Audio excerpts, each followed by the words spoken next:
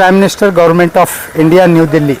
I hope this letter find into good health. I am writing to bring you attention a matter of grave concern that has come to my notice. It has been illegally the Karnataka State, Vijaypur City MLA Basangowda Patil, Prime Minister. UTV news में स्वागत है आप सभी दर्शकों का। मैं आपके साथ मोहम्मद यूसुफ। पिछले दिनों जो डीसी ऑफिस में हमारे बीजापुर एमएलए बसंगौड़ा इतनाल साहब जो बीजापुर डीसी ऑफिस में जो स्टेटमेंट दे दिए कि बीजेपी सरकार के अंदर जो कोरोना के मास्क के वक्त 40,000 करोड़ रुपए का घोटाला हुआ, तो यही इसी विषय पर बीजापुर सिटी के केआरएस पक्ष के अध्यक्ष अब्दुल हमीद इनामदार साहब, वाघमोरे साहब और उनके सारे कार्यकर्ता मिलकर बीजापुर डीसी ऑफिस को डीसी साहब को मनवी देने हैं। साथ ही साथ हिंदुस्तान के प्राइम मिनिस्टर को और कर्नाटका स्टेट के सीएम को इन्हों अपने लेटर के ज़रिए से कंप्लेंट देने हैं कि इस तरीके से एक बसंगौड़ा इतनाल साहब बीजापुर सिटी के एमएलए होने के बावजूद भी इतना बड़ा 40,000 करोड़ का हगरण इनके पार्टी में हुआ बोल को इनके पार्टी को इल्ज़ाम लगा रहे हैं। तो इनका सवाल यह है कि जब इनकी सरकार थी तब उन्होंने अधिकार में थे, तब कहीं को नहीं इन्होंने ये आवाज़ उठाए। क्या वो 40,000 करोड़ में एमएलए बसंगौड़ा का भी हिस्सा था क्या? तो हिस्सा नहीं मिलने की वजह से ऐसा ही उन्होंने आवाज़ उठा रहे क्या? तो जो भी इनके क्वेश्चन है हम इनसे बात करते हैं। तो इनामदार साहब, क्या है तुम्हारी मांग? ये क्या मालूम क्या, ये कोविड के दौरान जो देश एक गंभीर स्थिति में था, उस टाइम में पूरी अवाम को घरों में डालकर ना, जैसा बोलते हैं क्या बोलते हैं उस टाइम में एक ये लॉकडाउन के टाइम में ये लॉकडाउन के टाइम में अवाम को अंदर डालकर अपने ठंडे ऑफिसों में बैठकर देश को किस तरह लूटा जाना चाहिए ये प्लानिंग बनाकर, उस प्लानिंग के तहत हेल्थ में जो हमारे बसंगौड़ा पाटिल साहब ने कहा है कि 40 रुपए के मास्क को 490 रुपए में ख़रीदा गया। इसी तरह बेड को ख़रीदने के बजाय 20,000 रेंट पे लिए हैं बोलते हैं। तो ये क्या मालूम है क्या, ये घोटाले, ये जो इनकी जो कहे हुए अल्फाज हैं, इसके ऊपर ताबड़तोड़ इनको अरेस्ट करना चाहिए। क्यों कर को बोले तो जब एक मामूली चोर चोरी करता है तो किसी की ज़ुबानी से उसे भी वो चोरी के अंदर डाला, तो इनके ऊपर भी ये चोरी के इल्ज़ाम में इनको अरेस्ट कर को बताओ बोलना के और क्या क्या इसमें ये हैं। उन्होंने बोल अगर इनको पार्टी से निकाल ले तो मैं बोल रहे हैं, तो इनको ताबड़तोड़ इनको तहवील में ले को इनके वो जो हैं उसके बारे में इंक्वायरी करना, और जो 40,000 करोड़ रुपए चोरी हुए से वो वापस गवर्नमेंट से लेना, और जिन के ये हैं उसमें उनसे रिकवर ये 40,000 ये किसी के नहीं, ये हमारे यहाँ।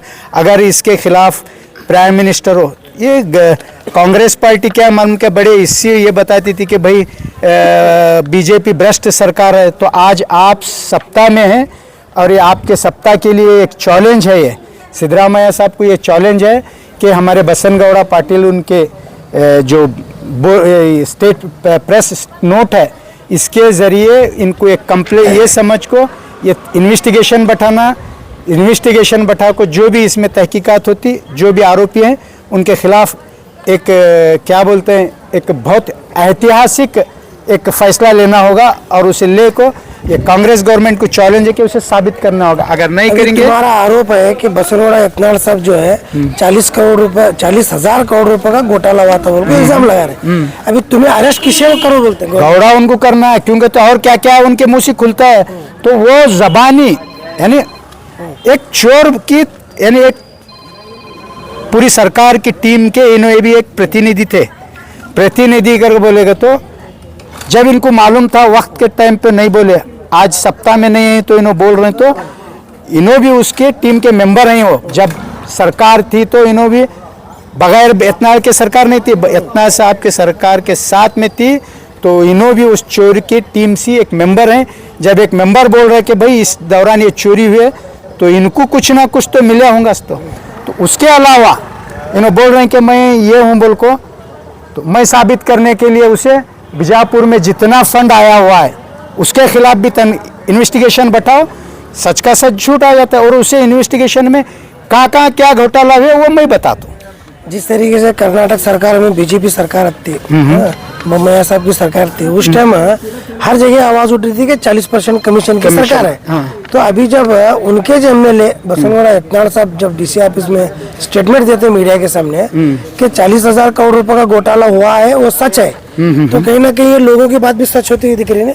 100% सच है। तो इससे मालूम है क्या, लोग सोए हुए हैं, हिंदू मुस्लिम यानी हिंदू मेरे क्या बोलते हैं, हिंदुत्व के मुद्दे पर लोगों को हिंदू कौम को भी बदनाम कर रहे हैं। नो बदनाम कर को हिंदू धर्म को भी बदनाम कर रहे हैं। हिंदू धर्म के तालीमात ऐसे नहीं है। बसनगौड़ा को पूछो कितने श्लोक बोल सकते हो। तो सही हिंदू बच्चों को या हिंदू धर्म की तालीम, मेरे हिंदू भाइयों से भी मेरी एक रिक्वेस्ट है, जो संस्कृत में सुबह जो हनुमान चालीसा पढ़ाया जाता है उसे ट्रांसलेशन के साथ में पढ़ाओ बोलो। तो अगर पढ़े तो क्या है, जो हनुमान चालीसा का जो उनका जो एक सबक है लोगों के लिए वो मालूम होंगे। उसमें जो संस्कृत में पढ़े तो संस्कृत किसे आता है आजकल, कौन बच्चा पढ़ता है संस्कृत सही ढंग से। हिंदू मेरे हिंदू भाइयों को जो नौजवान पढ़ रहे हैं उनको सही कन्नड़ा नहीं आती, इंग्लिश मीडियम के बच्चे हैं वो, तो उनको सही, तो उसके वास्ते क्या है, हनुमान चालीसा भी अगर पढ़ा रहे हैं तो उसे ट्रांसलेशन में पढ़ाओ। हमारे बसनगौड़ा क्या है, हिंदू धर्म के नाम पर हिंदू धर्म को बदनाम कर रहे हैं और हिंदू मुसलमानों को क्या है इसमें बिजी रखो। ये सरकार के करोड़ों रुपए के घोटाले, ऑलरेडी 205,000 करोड़ का हमारे कर्जा भी हमारे ऊपर बढ़ा हुआ है। ये सब कौन पूछना, अगर आज नहीं जाए कर्नाटक अवाम हो, भारत के अवाम से मैं एक ये कर रहा हूँ कि अब एक और आंदोलन की ज़रूरत है, क्योंकि हमें तो कालों को, हमें गोरों को भगाए थे, अब ये कालों के खिलाफ हमारी फिर एक क्रांति की सख्त ज़रूरत है। कब तक ये मोबाइल, आपको मोबाइलों में, टिकटॉक में, इसी में वक्त नहीं है, कुछ वक्त निकाल को फिर दोबारा सड़कों पर आने के लिए मैं ये करता हूँ। इसके बारे में मैं अभी पूरे हमारे नेशनल लेवल पर एक्टिविस्ट लोगों से सलाह मशवरा कर को, वरना फिर आने वाला हमारे भारत को बहुत मुश्किल होगा। अभी जिस तरीके से बसनगौड़ा यत्नाड़ पाटिल साहब डीसी ऑफिस में माध्यम के जरिए से जो बोले कि हमारे सरकार में इतना भ्रष्टाचार हुआ, तो ये जितने भी हजारों करोड़ रुपए इन्होंने लूटी करे वो एक आम जनता के पैसे हैं और हमारे तुम्हारे टैक्स के पैसे हैं। तो सीधा सीधा इन्होंने अपनी सरकार पर आरोप लगा रहे कि हमारी सरकार भ्रष्ट है। तो अभी बसनगौड़ा यत्नाड़ साहब को भी अपना क्लियरिफिकेशन देने की जरूरत है कि इन्होंने कहाँ तक भ्रष्ट है, कहाँ तक। तो उन्होंने क्लेरिफिकेशन करने क्या है, क्लेरिफिकेशन की जरूरत है, उन्होंने भ्रष्ट है ही है। तो उनकी गवर्नमेंट की जिम्मेदारी है इनके ऊपर इन्वेस्टिगेशन बैठाए। तो क्या है, वो सच का सच झूठ का झूठ आता है। तो क्या मालूम है, क्या वो क्या बोलते हैं, उल्टा चोर कोतवाल को डांटे, यानी अपनी चोरी छपाने के लिए दूसरों को डाल रहे हैं। तो इसमें क्या मालूम है, क्या अब 2 दिन हुआ तो बीजेपी वाले भी कोई इनके ऊपर काम ये नहीं लिए। तो शायद 100% सही होगा कि भाई जो बसनगौड़ा उन्होंने इल्ज़ाम लगा रहे हैं 100% सही है। तो अभी आने वाले दिनों में ये 2024 के जो लोकसभा इलेक्शन आ रहे हैं, तो ये लोकसभा इलेक्शन के नजदीक इस तरीके के जो बयानात आ रहे हैं, वो बीजेपी एमएलए के जो इस तरीके से बयानात आ रहे हैं, तो इनको कहीं ना कहीं कांग्रेस का सपोर्ट है क्या?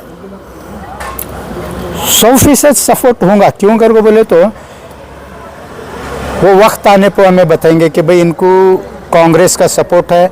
और आप लोग भी वक्त और हालात के साथ में, अगर जिस दिन इनको यहाँ से पार्टी से निकालेंगे बीजेपी से, तो फिर इनके लिए कांग्रेस का दरवाज़ा खुला है। क्योंकि इन्होंने जब भी जाते हैं तो आज जो एमएलए भी हैं उनको कांग्रेस का ही सपोर्ट है। तो बीजापुर सिटी एमएलए को कांग्रेस के एमएलए का सपोर्ट है, कांग्रेस पार्टी का सपोर्ट? कांग्रेस पार्टी का सपोर्ट है, पूरे तरीके से कांग्रेस पार्टी का सपोर्ट है। तो आने वाले लोकसभा इलेक्शन में फिर बीजेपी को मार पड़ता क्या इससे? 100% मार पड़ता है। ये जो आज जो इनका स्टेटमेंट है, हमें तो पूरे अवाम के सामने यही इसीलिए को जाएंगे, क्या ऐसे लोगों को दोबारा तुम्हें सत्ता में लाएंगे? नहीं ला। हम भले हमें कॉन्टेस्ट नहीं करते कि नहीं, लेकिन हमारे अवाम से यही रहेगा कि भाई इनको वोट मत दो, भले तुम्हारा वोट नोटा को दो, ये बीजेपी और कांग्रेस को मत। ये दोनों भी एक ही हमाम के दोनों नंगे हैं। ठीक है, आपका नाम? अब्दुल हमीद इनामदार, मैं KRS डिस्ट्रिक्ट वाइस प्रेसिडेंट हूँ।